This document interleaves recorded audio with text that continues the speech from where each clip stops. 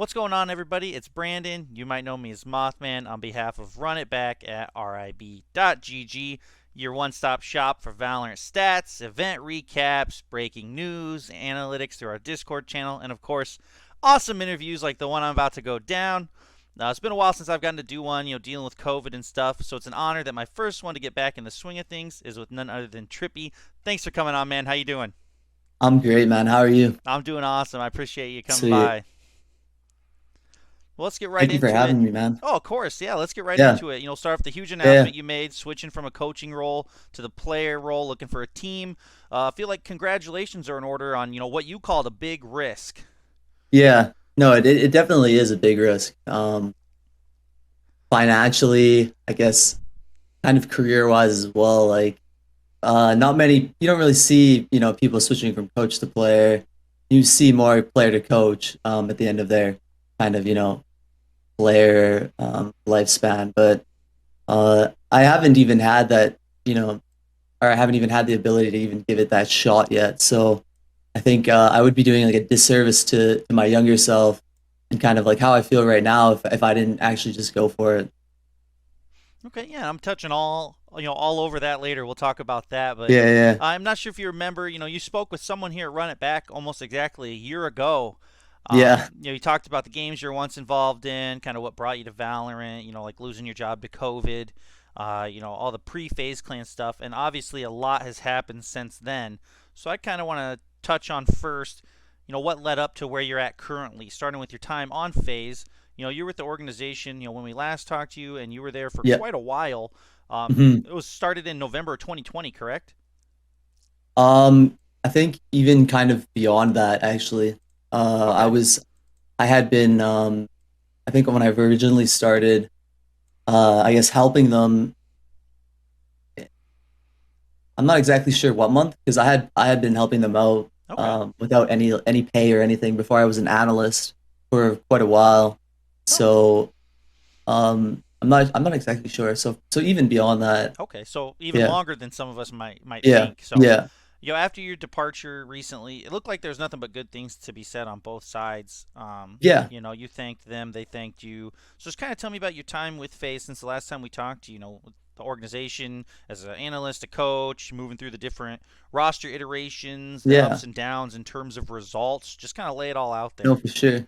Yeah, I mean, when I started as an analyst, I guess I had a lot of free time. I had got let go of my job, so that's why I was like, helping them out for free. Is just as a friend type thing, like just giving them the straight up like, yeah, this is like not good. You guys aren't playing well. They needed like the straight up answer Yeah. from someone, and I wanted to just give it to them. So it kind of just grew from there slowly, and I kind of started getting like, really passionate about um, kind of breaking down the game and understanding and learning more, and then kind of trying to help myself build on top of that. Like, okay, well, like what more can I do? Like, how can I up my game and help them even more. And then it grew from there. And then, I got signed as an analyst. So I was, doing all the scouting and helping them with some strats and, here and there. I wasn't really kind of like taking over the roster. And then it got to the point where I was like, yo, this is the comp we need to run. And that was like the Smeek comp. And I was like, and they're like, nah. They're like, there's no way. And I was like, dude, I was like, you guys run this comp. I was like, we're gonna lose like for a little while, but if we run this, well, we're gonna go crazy. And they're like, okay, fine. They're like, but if we lose, it's on you. And I was like, fine, it's a fine. You know what? Run it. I was like, let's run this. And we lost like I think every single scrim up until that until that Masters run. And then when we hit that Masters run, we went crazy. And I was like, yeah. I was like, yeah, yeah. You guys. I was like, I told you guys. That's awesome. um, and yeah, that was kind of the growth of going from analyst to coach. And then after that, Astra came out, and we didn't really have much time to prep from that first Masters to the second Masters because it was like immediately after. I think we had like maybe a week, and it kind of broke our style. because it split up the team so much. And we weren't really sure how to make her work. When you don't have an IGL, it's very hard to kind of create strats other than like executes and have them kind of run properly. So after that, our success wasn't obviously as great. We still had like some very good moments, but that original roster, I think I think that the downfall was just the fact that nobody really wanted IGL. I think if one of the guys kind of just stepped up that role, I think it could have been we could have had something good, but just didn't pan out that way, and that's okay. Okay, so I kind of want to talk about the reason behind the switch. I'm not sure how much you can say about exiting phase. Obviously, were you informed of your release, and that's why you kind of went this route, or did you leave because you got the itch to play? Kind of what made you take this risk that you mentioned to become a player from that coaching role? Yeah, so I had always played like a lot of the game, as well as I got back into Valorant, and started helping these guys out. And every time I'd play, the itch kind of like grew more and more. I was sitting there and playing. I'm like, okay, yeah, like I just like I'm just playing to like understand the game more. And then I'd watch the guys play. I'm like, oh, this looks good. Looks pretty good.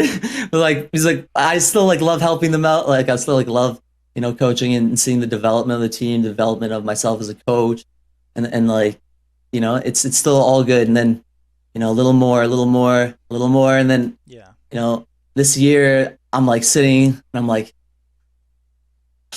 shit. I'm like, I love coaching. I have like a nice stable income. Like I'm like I can help this new roster out. There's a lot of options. I have a lot of good things going here with FaZe, but like the drive as a coach is just like it's kind of dwindling a little bit, and I'm kind of lacking a little bit here and there where the team needs me because my focus is like it's there, but it just feels a little bit off. Um, and then I think just got to the point where I was just like, I have to play competitively. Like I'm not I didn't give it that shot. I need to do it. I need to give it the shot. I gotta try it out. Um, I gotta go for it. And if it doesn't pan out, it doesn't pan out. We'll think about that in the future.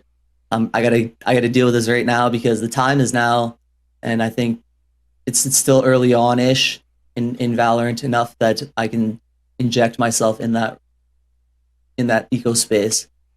Okay, and yeah, bringing me to that point of you kind of injecting yourself in, as you said, as a coach and an analyst in the game, it's clear you have the mental capacity for it, the intuition, the knowledge, the strategizing. That's all there. And as you mentioned earlier, it's not often that we see a coach become a player rather than a player ending their career becoming the coach. So I just want to know, after you stated you've played the game, you've been there, mechanically speaking, where do you feel you stack up when it comes to some of these other professional players out there now? I definitely think I could hang with some of the best of them. Some of my mechanics are lacking a little bit in terms of I'd say stamina. Like I need to build my stamina up so that I can be more consistent for longer. Okay. So I'm playing a shit ton of DM every day. I'm playing a shit ton of ranked, and I'll be doing a bunch of trials and scrims coming up here soon. So I'm just trying to build my stamina up so I can be as consistent as I am, within the first 4 hours of playing throughout the entire time, which is very hard. It really is. So just trying to find that, and then also getting like a good, I guess, player schedule. Um, so wake up early, and then I'm gonna be doing like in the mornings when I eat, do my VOD review, and then DM, and then um, scrim trial, whatever, and then stream ranked or whatever. However the schedule works, I'm Yeah. gonna figure it out. Yeah.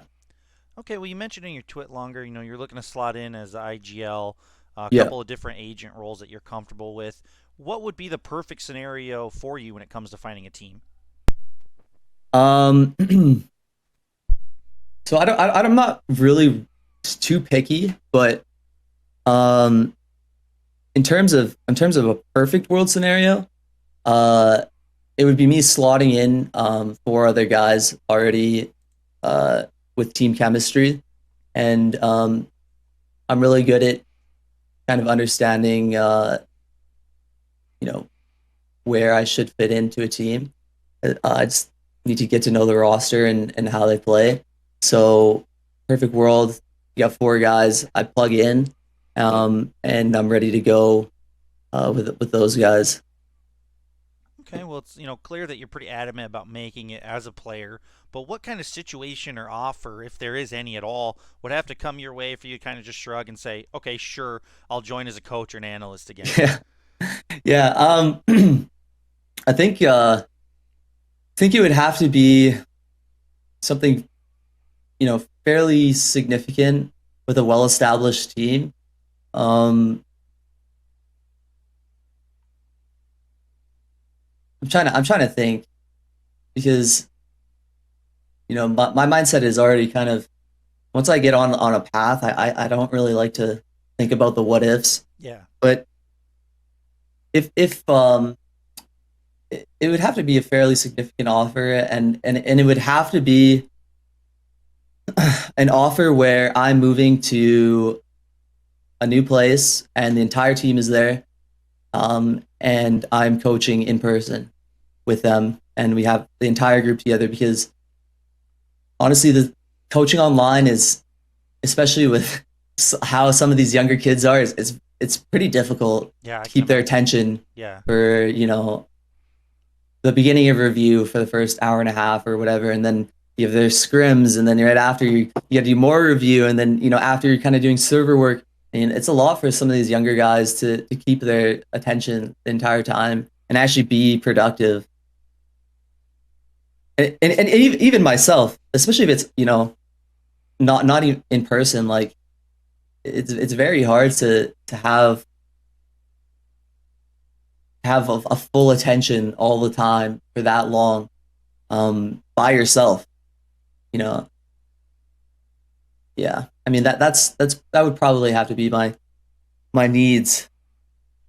Okay, well, I want to kind of talk about where you're at in terms of we spoke about where you think you are mechanically, kind of what you bring from the coaching role into the new player role. So I just want to know, you mentioned the stamina and everything. Do you feel like that's the one thing you might need to learn above all else, during this transition to become a successful player? Um, I think there's more than just that, right? Okay. Like I'm still missing a lot of the aspects of scrims and matches are different. But I've been doing competitive sports and stuff my whole life at a high level, so I'm not like worried about that kind of stuff at all. The only thing that is different is the team aspect. Ranked is a shamble of stuff, but Yeah. the thing is I've been watching and teaching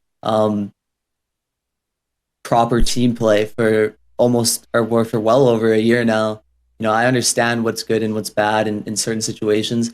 I just have to apply that to myself in game. Um, so that'll just be me recording myself playing in scrims and matches and doing my self rod review for myself and doing what I do best, write down my notes and apply it.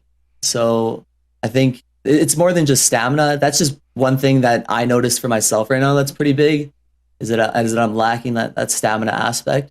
But there are certainly probably some other things that I definitely need working on, and that's like every pro player as well. They're always working on stuff. Otherwise, you can't. Especially in this game, you'll never be able to stay on top. Okay, well, let's go to the flip side of it. What's the one thing, above all else, that you think you'll bring from the coaching role that'll support you most as a player? Um, Definitely my ability to break down um gameplay and especially in an IGL role, I think it's really important because you're going back and you're watching your own VODs, creating strats, fixing strats, um, also anti-stratting other teams, uh, figuring out teams' weaknesses, stuff like that. I think that's like the biggest thing for me. And also one of the large reasons why I want to be in IGL is because I understand the different aspects and sorry, cat hair. I understand the different aspects that an IGL needs, right? Like are all the important aspects that an IGL needs. And I understand that to be a leader in game, you have to be strong mentally and all that good stuff. So I'm gonna be head down grinding for a while until I run out of money and have to go back to a regular job, or I don't know. We'll figure it out when I get there. I don't Okay. know. Yeah, Yeah. and back to the kind of best fit for you. Would you maybe be taking on kind of the Shazam role that he had, where he was kind of a player coach, in that aspect, or would you be looking for a coach in position to help you as the IGL rather than you having to kind of do both things? I think that a coach and an IGL should work closely together. I don't think at this point in the game that you can just not have a coach because it's getting to the point where there's so much so fast that's happening. It's really hard to keep up and have a life. You know, I think earlier on it was feasible for Shazam, but at this point, there's just there's too many changes going on. There's so many teams that are hungry. They have like full support from coaching staff. They have their assistant, they have managers, they have analysts. It's like they have head coaches. It's getting it's growing. So I don't think you can get along without having a coach anymore or some kind of support Yeah. on the side. All right. Well, at Coach Trippy's where people can find you on Twitter. Coach Trippy's the username on Twitch. Do you have any plans to change it to Player Trippy now instead of Coach I think Trippy? I I think I might. It doesn't really roll off the tongue as much, but I might have to. I'm getting bugged a lot, so it might it might change to that if you guys can't find me at that it'll might be a player trivia. I don't know. We'll see. Well, you said you'll be streaming more, offering those Yeah, coach sessions through Playerbase for the time being. yeah, Kind of tell everybody, the schedule, the Playerbase details, all about where they can find you and use your help to kind of up their game in the awesome. process. So, I'm sorry. Say that again. Yeah, just kind of tell everybody the details, like the stream schedule, Playerbase details, just all about where they can find you and maybe use your Yeah, help. yeah, for sure. So AIM Lab is kind of in the works of setting up and building this, um, I guess, one-on-one coaching type platform. It's called Playerbase. They had approached me like 4 months back, but I was so busy with the roster stuff that I just there was just no way. So to support myself, obviously I'm not in love with coaching a full team right now, but I still do love helping individual players and players in general improve themselves in game. So I'm offering one-on-one coaching at AIM Lab. You can just go on their website, click player base, and you should see me on there. And yeah. And then as far as my Twitch schedule, I'll be streaming every day that I can. You can probably find me either into the wee hours of the night or streaming all day long. Awesome. Well, the last thing I have for you, I kind of have to put you on the spot. I know you mentioned Yeah, it earlier. You don't have to be specific if you no, for sure. can't. If you Yeah, can't, for I sure. would appreciate it because that's my job. But if you Yeah, can't, yeah. what kind of interest have you gotten so far? Are there any teams in the DMs? I do have a couple of teams. I'm just waiting on trial dates.